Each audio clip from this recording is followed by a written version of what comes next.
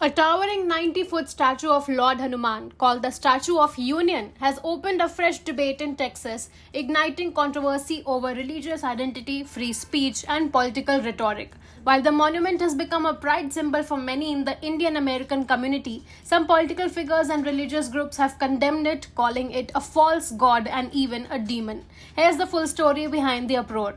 The Hanuman statue stands at Sri Ashtalakshmi Temple in Sugar Land, Texas. Unveiled in August 2024, it is one of the tallest statues of Lord Hanuman in North America.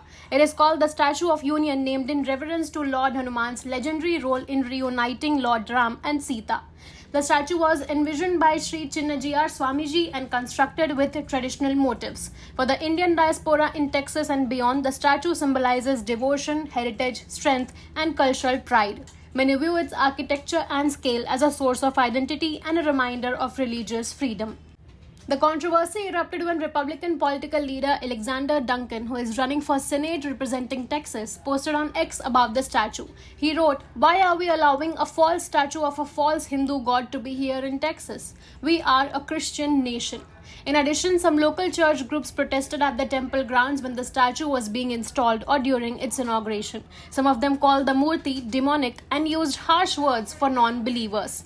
These remarks drew swift backlash. The Hindu American Foundation condemned Alexander Duncan's post as anti-Hindu and inflammatory. They also filed a complaint with the Texas GOP, saying this violates discrimination guidelines and also disrespects the U.S. Constitution's First Amendment, which guarantees religious freedom. Supporters of the statue, employees of the temple, and many in the Indian American community defended the monument, arguing religious pluralism is foundational to America.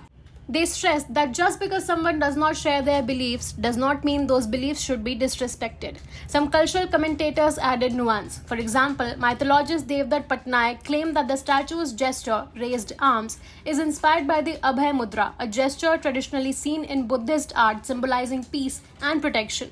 This viewpoint also stirred debate. At a time when debates over immigration, identity, and the status of minority religions in the US are already heated, this incident has broader significance. It tests how local politics, elections, and religious symbols intersect. It raises constitutional questions, how freedom of religion coexists with majority sentiments in predominantly Christian or secular communities. And for the Indian community, it underscores the need to defend religious and cultural expression in environments where such expressions are sometimes misunderstood or politicized. The 90-foot human statue in Texas, which for many represents faith, strength, and unity, is now at the center of a fiery debate. Political statements, religious identity claims, criticisms of false god, and constitutional defenses all weave together in this controversy. As the story unfolds, what is clear is that in diverse societies, symbols often mean more than just art or architecture. They become lightning rods for discussion about who belongs, what values get protected, and how communities coexist.